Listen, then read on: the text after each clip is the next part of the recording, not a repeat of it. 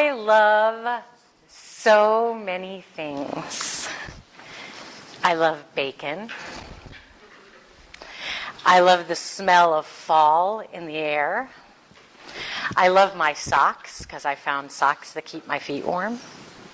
At the moment, I'm crushing on Jason Segel, who is an actor who was on the TV show How I Met Your Mother and Freaks and Geeks and a bunch of other stuff. And speaking of that, I love Netflix. I love finding out that I don't have to get up and go to work before I've already gotten out of bed. I love praying, and I love Maddie. And I'm sure that all of you could create just as equally diverse a list of things that you love. I also really love Todd Rundgren's song, Buffalo Grass, which if you were here early, you got to hear it. And I love when it comes up randomly on my shuffle. And this happened the other day, and I had this awareness that when the song came up on my shuffle, my body changed. I mean, okay, we all know when something we love shows up in our lives, like a really perfect crispy apple, or time with friends, or the perfect comfy sweats before you've washed them and they're still really soft on the inside. You know, we all know that we enjoy that physically, and that our energy shifts, and that it feels good emotionally all over. I mean, it just feels good. But I'm talking about an actual physiological shift. When this song came on my shuffle, I smiled, and my body relaxed, and my neck loosened, and my heart opened, and I was breathing. And I realized that I was having the physical experience of love just because this song showed up. So these examples that I've given so far are what we would call little L loves. They're from the external: food, pets, friends, music. And I'm not discounting little L loves at all. And I'm not discounting the little L love that we feel about them. Everything and anything that brings us bliss or relaxes us in a world that is completely crazy and stressed out is totally worthwhile. And they're all externally dependent. So if they go away, what happens? That's when we begin to search for something, long for something, way different from those. And that's what I'm going to call the big L love. The big L love starts from within. It's generated from within, it is created from within, and it's a connection to ourselves, and it's a connection with the source of our soul, which is a pretty big thing to say. But it is. The big L happens when we give without obligation, when we forgive others without expectation, when we yield without conditions, when we let go for real from what's holding us back. Big L looks like loving our enemies. Oh. Big L looks like loving our family. And big L looks like loving ourselves, despite or in spite of hurts that we may have experienced. That's why it's big, because it's big. And big L is not the easiest journey, which is kind of a strange thing to say because it actually is our true nature. So you'd think it would be effortless to live from that place. You'd think, well, this is the truth of who I am. I'm just going to be me. And yet it's so challenging. And I think that part of it is this catch that while the truth of this big L is who we already are within, it's already living within us, we're continually also experiencing little L love around us. And sometimes they don't match up. There's this imbalance. So here's some big L for you. Nobody panic. I'm reading from the Bible. Just breathe. It's okay. We're still at Spirit Stone. It's all right. If I speak in the tongues of men or of angels but do not have love, I am only a resounding gong or a clanging cymbal. If I have the gift of prophecy and can fathom all mysteries and all knowledge, and if I have a faith that can move mountains, but I do not have love, I am nothing. If I give all I possess to the poor and give over my body to hardship that I may boast, but do not have love, I gain nothing. Love is patient. Love is kind. It does not envy. It does not boast. It is not proud. It does not dishonor others. It is not self-seeking. It is not easily angered. It keeps no records of wrongs. Love does not delight in evil, but rejoices with the truth. It always protects, always trusts, always hopes, always perseveres. Love never fails. And this passage ends with, and now these three remain, faith, hope, and love. But the greatest of these is love. Wow. What love is that? That's never proud, that's never self-seeking, that keeps no records of wrongs. Really? Maybe I've become a little cynical. But I just can't imagine a human little L love never having an angry moment. This past Friday at the Women's Coffee House, there was a poem shared about the kind of loving partner the poet was seeking. And it was a beautiful poem. Let me just say that. It was a beautiful poem. And still, as I listened to the poet share about this amazing partner who listens and is fully present and knows their companion inside out, I was surprised by my thoughts. My thoughts were, wow, that sounds scary and invasive, and I really don't want that. So apparently I missed the class on the whole romantic love thing. I have to make up that class. But then I got it. There is a connection. There is a connection. So here it is.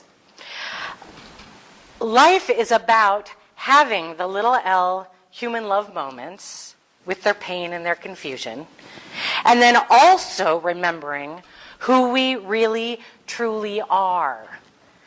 We are big L lovers having little L love experiences. No matter what it looks like or feels like, that's really the truth of who we are. So I'm the youngest of 4 daughters in my family. And I grew up watching my sisters, and eventually when I was in high school, watching my mom date. I did not. I was the hold the fort girl. So I got to watch them all do this, and they dated, and they had different boyfriends, and they fell in and out of love, and all I really wanted was to have that same experience. Well, the falling in part, not the falling out part. But I also grew up in the 1960s and 70s. And so some of my favorite TV shows dealt with love in very different ways. So we had Love American Style. We had That Girl. We had The Flying Nun. Bewitched. And, of course, The Love Boat. Now, these were mostly, obviously, little L love shows. Shows about relationships, finding them, keeping them, spicing them up, struggling with them, balancing priorities with them, all human stuff.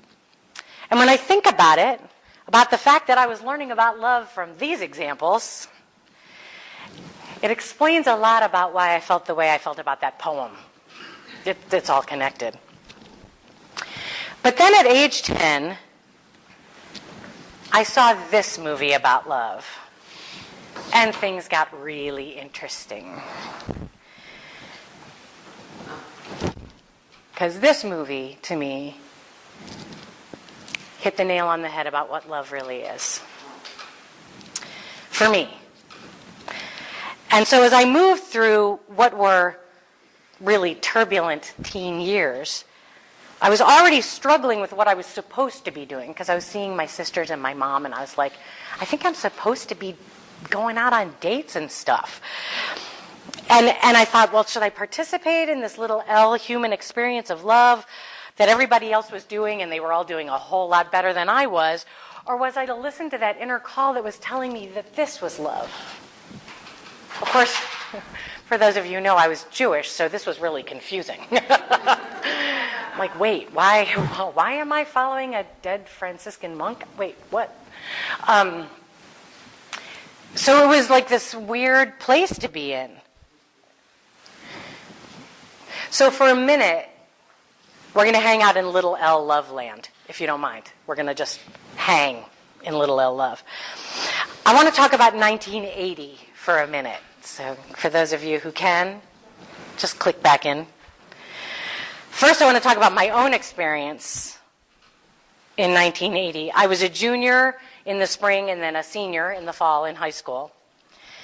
And that was the year that I first read what is, in my opinion, the greatest love story ever written. It is called Still Life with Woodpecker. This book deals with love in a most gritty and funny and honest way. There are so many quotes from this book that I wanted to share that it would have turned out that I would have been just standing up here reading you the book. This book inspired, for those of you who remember him, Dan Fogelberg wrote a song called Make Love Stay. It was about this book. This book doesn't make love look or feel pretty or nice or easy. It's crass and it's clumsy and not quite sure of itself. And for me, this book is like Big L disguised as Little L. There are a lot of great lessons in this book. So that was Little L Love for me. The other piece of 1980 that I want to bring up in relation to this, and this is no accident, believe me, I just finished watching on Netflix a series called Freaks and Geeks. And it was a one-season TV show that was on in 1999. And I missed it somehow when it first came out, but that's because I wasn't supposed to watch it until now. I love how the universe works. And this show so frighteningly captures my high school experience of 1980. I spent most of my time watching it in tears. I mean, honestly, there were moments that I was just crying, laughing a bit, and a lot of crying. And the reason why is that this connects to everything, is that watching this show brought back a longing for a time when love, little L, love, seemed so basic and simple. You know, does she like me? Yes. But does she like me like me? How many of us actually use that anymore? You know, we used to talk like that. I don't really hear my friends say, does she like me like me?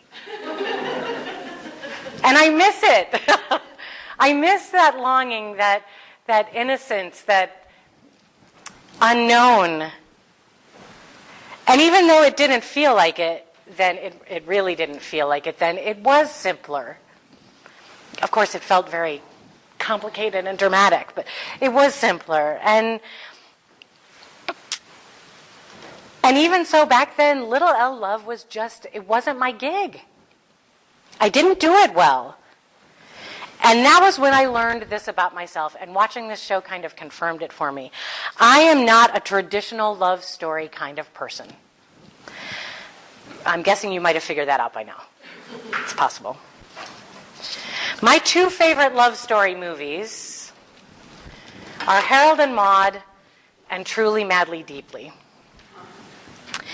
They're my favorite love stories because they're flawed.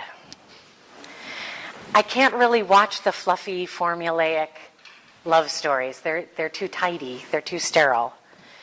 They're not me. I just kind of go, yeah, well, I can see how this is going. To me, love is messy, and it's complex, and it's a little bit of a struggle. And the happy ending sometimes doesn't look like the way we think it should. Because happy endings with love are different for everyone. I'm guessing most of you have seen Harold and Maude? And no, yes? And most people would say, but that's not a happy ending, and yes, and yet it is. And has anybody seen Truly, Madly, Deeply? Nope. Oh, get it. As those of you know, it's got Alan Rickman in it. So, of course, it's fabulous. But again, the ending it is a happy ending. Sort of. It's just not clean. It's just not tidy. So you might be wondering at this point, Reverend Rachel, is there something that you could show us that might be a moment where little L love and big L love come together? A musical, perhaps? And I would say, why, yes, there is. The musical Passion by Stephen Sondheim. It's based on an 1869 book, Passion, by Eugenio Tarchetti. And this musical came out in 1994, and it was intensely disliked by audiences. It played on Broadway. Donna Murphy won the Tony. It didn't matter because she was heckled on Broadway. While on stage performing, people were yelling, laughing, mocking her. She would leave the theater hidden in a hoodie and in tears. I saw the show twice. It had a short run. And I realized as I was watching it, and of course I'm sobbing, I realized why the general public was missing it. Her character in this musical, Fosca, is intentionally physically unattractive, balanced with this character who is considered beautiful. And they really go out of their way. If you could see what Donna Murphy really looks like, she's beautiful. And they really went out of their way to just make her hideous. And her character comes across as desperate and needy and a victim and pathetic. However, the wisdom in her character, which general Broadway-going audiences completely missed, the wisdom of her character is that she loves, and I mean capital L, loves, fiercely, without shame, without guilt or guile or mercy. And it's not about her need for that love to be returned. It's about her need to be seen. For her character's need to just be seen. It's a beautiful, powerful musical. And so as I sat in the theater and the tears are streaming and I'm feeling all of her pain and I'm getting her on every level, I was stunned at the callousness around me. I'm listening to people going, and making comments, and I was like, wow. And I realized they didn't get it. It's like in Romeo and Juliet, when Mercutio's making fun of Romeo, and Romeo says he jests at scars that never felt a wound. It's that idea of, if you've never been there, there's no way you can understand it. You can have minimal understanding, or maybe a, oh, poor you understanding, but until you've been there, you don't feel it. They wanted musical theater, little L love. They wanted Music Man, and She Loves Me, and they wanted like Disney love. I don't know why they bought tickets to this show. To be honest, they must not have read anything about it. But they came to this show, and here they were, and they were missing it. They were getting a character who was deep down in your face, brave and painfully searching for that big L love connection to be seen. And instead of going, whoa, this is so amazing, it made them uncomfortable. And so in turn, they mocked it.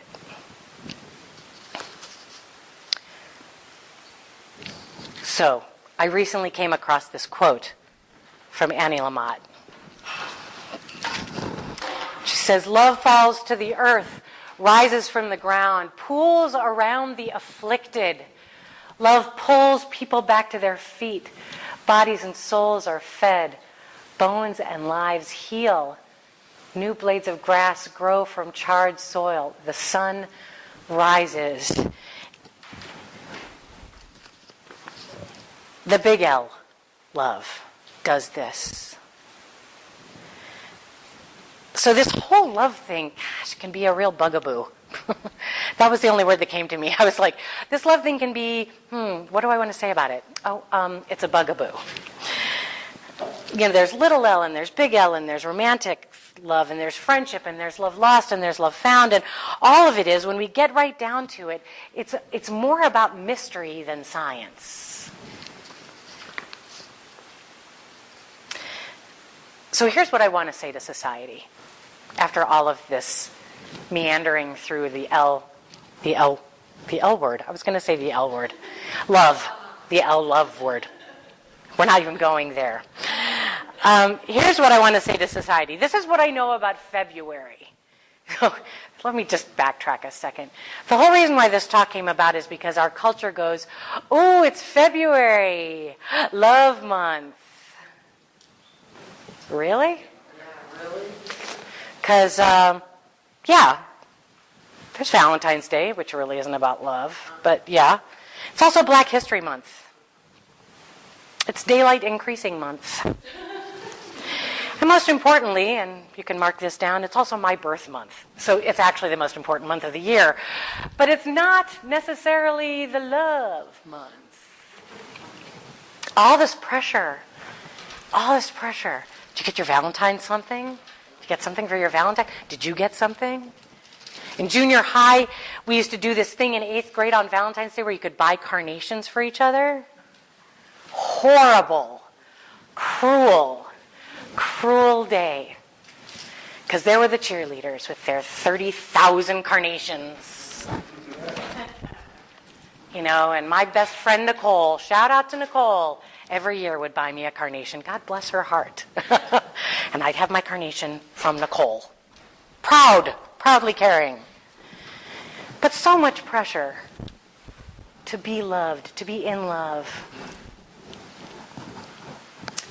The next time anybody says, hey, it's February, did you get your Valentine's Day gift? You can say, well, no, but I did get Rachel a kick-ass birthday gift. Because it's her birth month. Did you know that?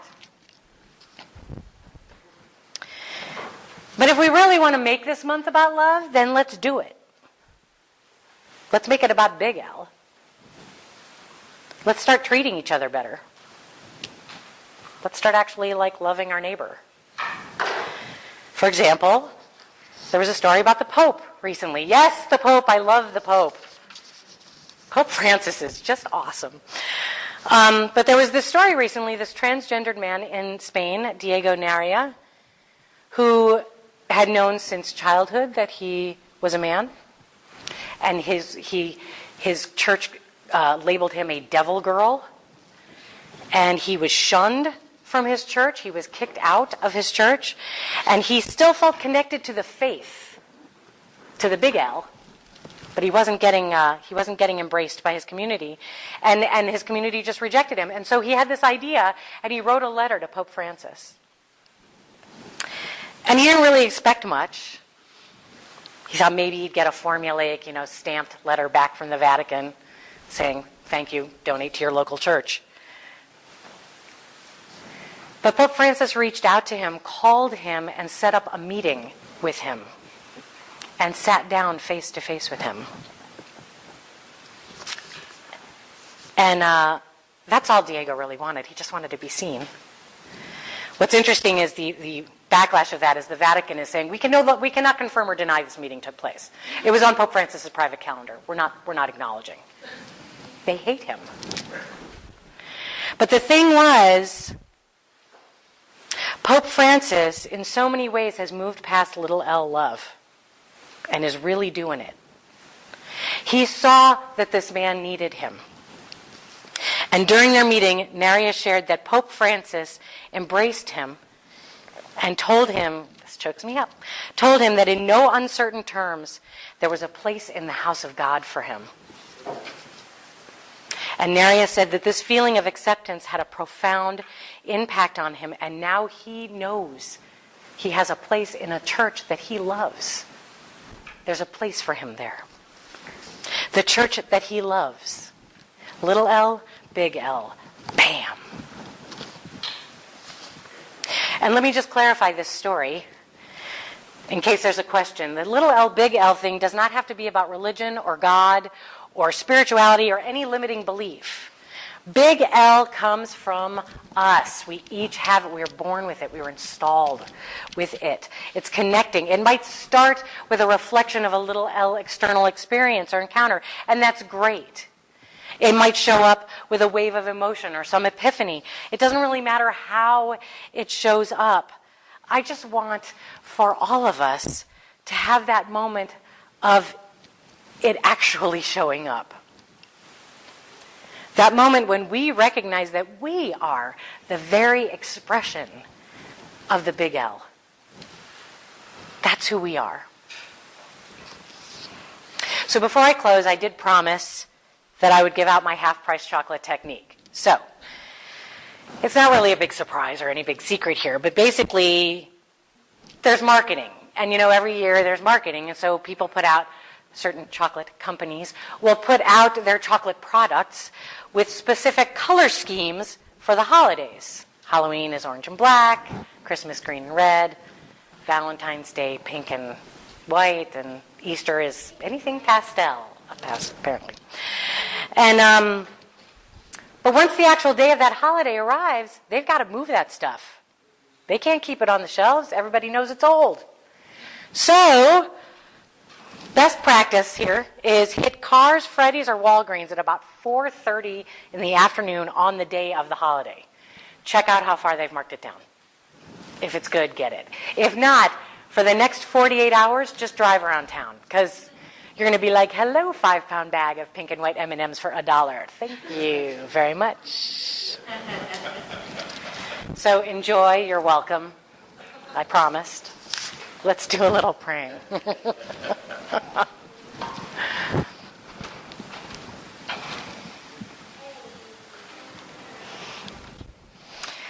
Oh, this mysterious thing called love.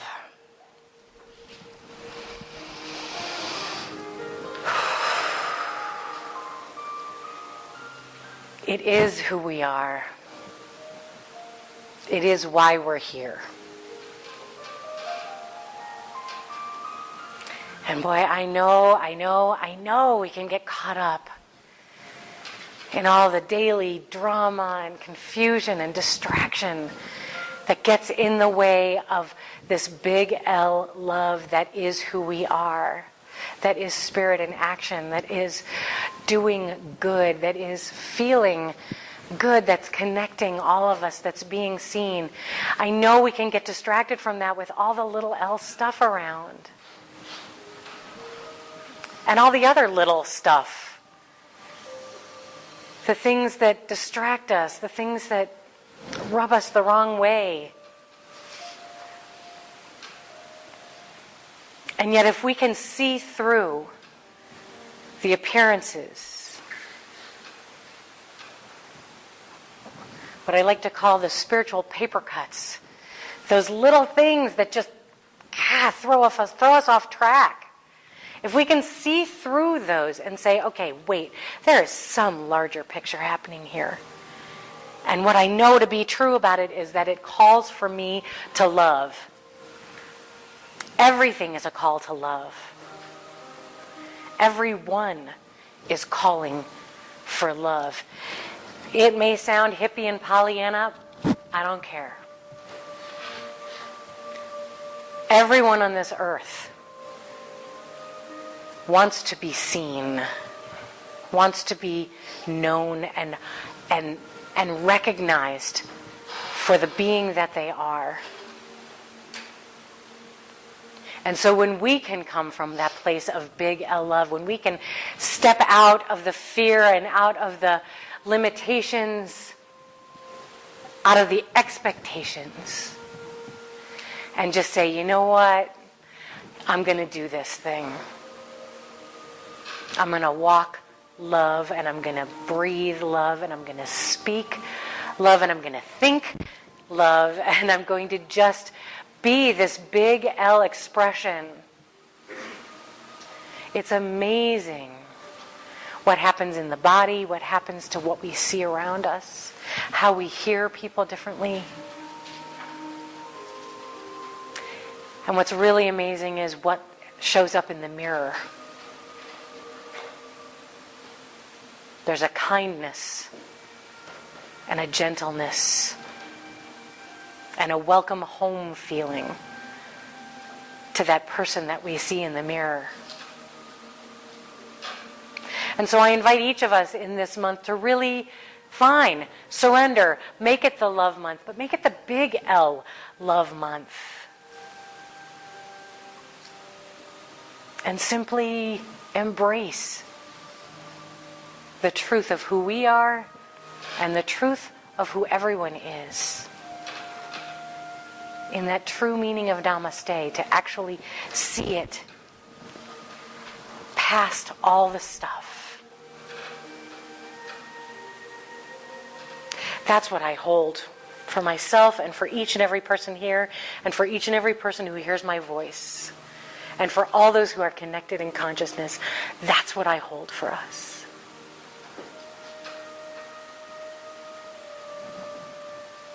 Blessings. Thank you. Amen. Ashe.